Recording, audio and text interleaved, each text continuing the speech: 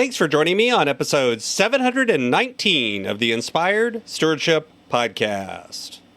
I'm Ryan Engelstad from Pop Psych 101. I encourage you to find health, and one way to be inspired to do that is by listening to this, the Inspired Stewardship Podcast, with my friend, Scott Mader.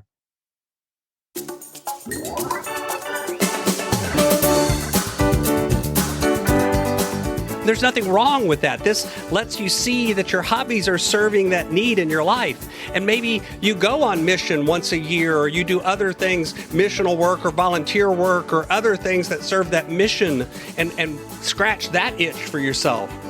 And then you have a profession where you're paid, but you may also have things on the side that you do as a vocation. Welcome and thank you for joining us on the Inspired Stewardship Podcast.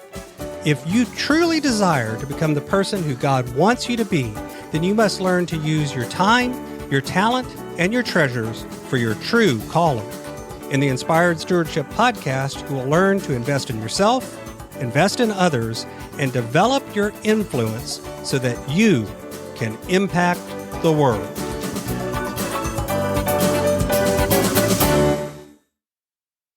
In today's episode about investing in yourself through stewarding your talent, I talk with you about the concept of Ikigai, or the reason for being. I share how this can frame and how that framing can help you find more than one thing that you're willing and enjoy doing. And I talk about why this identifies things without actually putting a value on what is better or worse. One of the things that comes up for clients time and time again is this conflict that we sometimes have between, what we're good at or what we love or what we can be paid for. These ideas of, should we live for our passion? How can I find my purpose, my reason for being? What is my reason for being?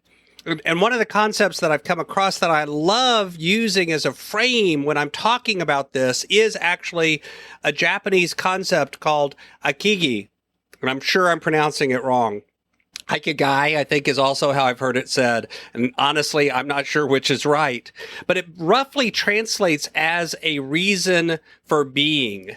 And if you think about this for a minute, it's this intersection between four different areas. You've probably seen these Venn diagrams before that say things like what you're good at, what the world needs, and what you can be paid for. And then, in the center is something that you should be doing. That could be something that you could make money at, that you would still enjoy, and because the world needs it, it solves a problem. And what this does is it actually adds four circles. So if you think about four circles that are all in the center, they overlap completely, but then there's a place where they overlap only two circles, or where they overlap across three circles. And then in the center, all four overlap. And those circles are at the top, what you love; on the right, what the world needs; at the bottom, what you can be paid for; and on the left, what you're good at.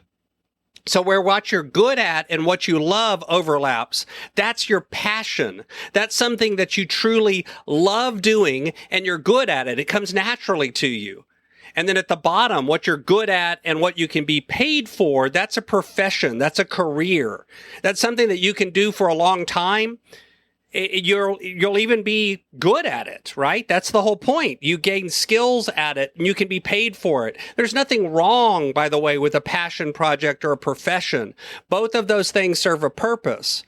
If you go to the top and you take what you love and you overlap it with what the world needs, that's a mission. And again, people will serve a mission their entire life. They oftentimes will find something that, we call them missionaries, people that go out and they do mission work. And then what the world needs, where that overlaps what you can be paid for, that's a vocation, that's a calling, that's something that you're driven towards doing. And in the center, where they all four overlap perfectly, that is a reason for being. That is this concept. Because it points out that if you're living in that what you love, what you're good at, what the world needs area up at the top, then you're delighted. You have a sense of fullness, but you often have no wealth. And again, there's nothing wrong with that. This isn't a good or bad thing. This isn't about putting a value on any of these areas. They're all good. They're just different. If you're living over there in that overlap between what you love, what you're good at, and what you can be paid for, then you have satisfaction, but you don't really feel like you're making a big impact on the world or doing something meaningful. You feel sort of useless because you don't have that mission and that vocation. You don't have what the world needs overlapping. Down at the bottom, if you're doing what you're good at, what you can be paid for, and what the world needs, then you're comfortable because you've got money coming in, but you kind of have a feeling of emptiness because you're not doing what you really love.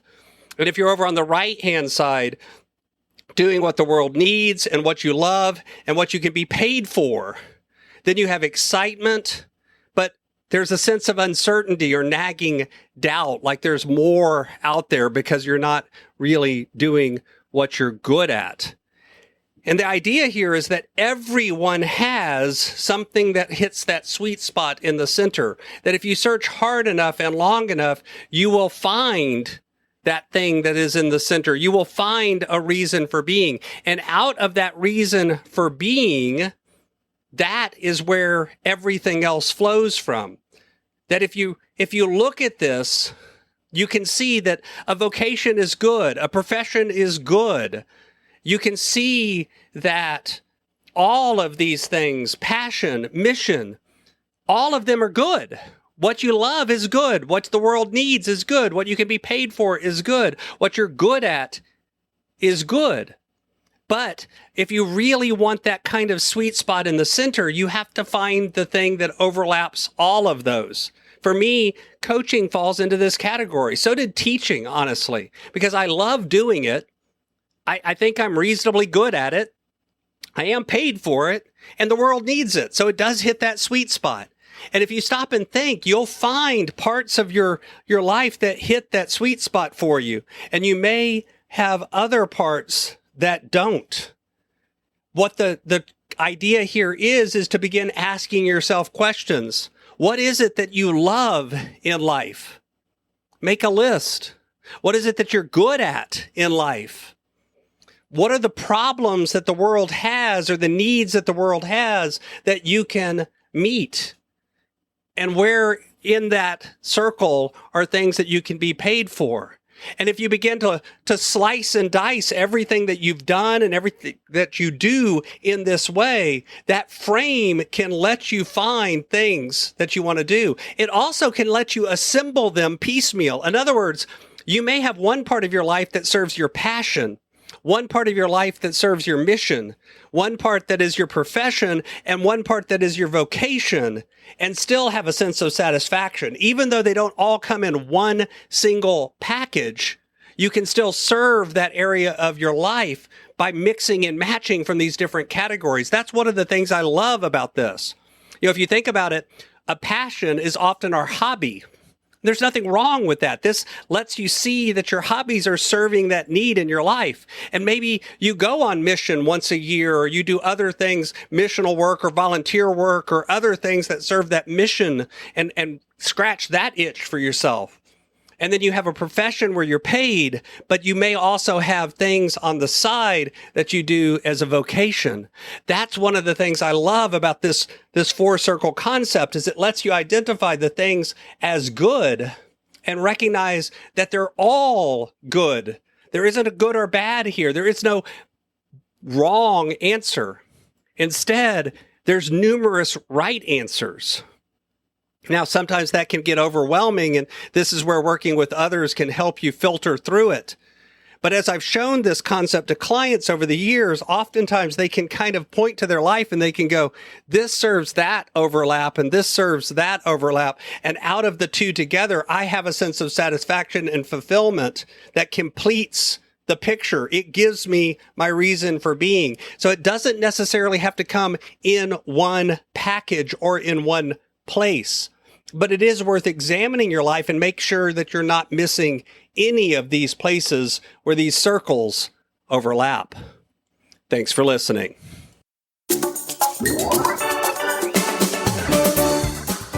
Thanks so much for listening to the Inspired Stewardship podcast. As a subscriber and listener, we challenge you to not just sit back and passively listen, but act on what you've heard and find a way to live your calling. If you like this episode on the stewardship of talent, you can go over to inspiredstewardship.com/talent and sign up for our 5-week series on the stewardship of talent.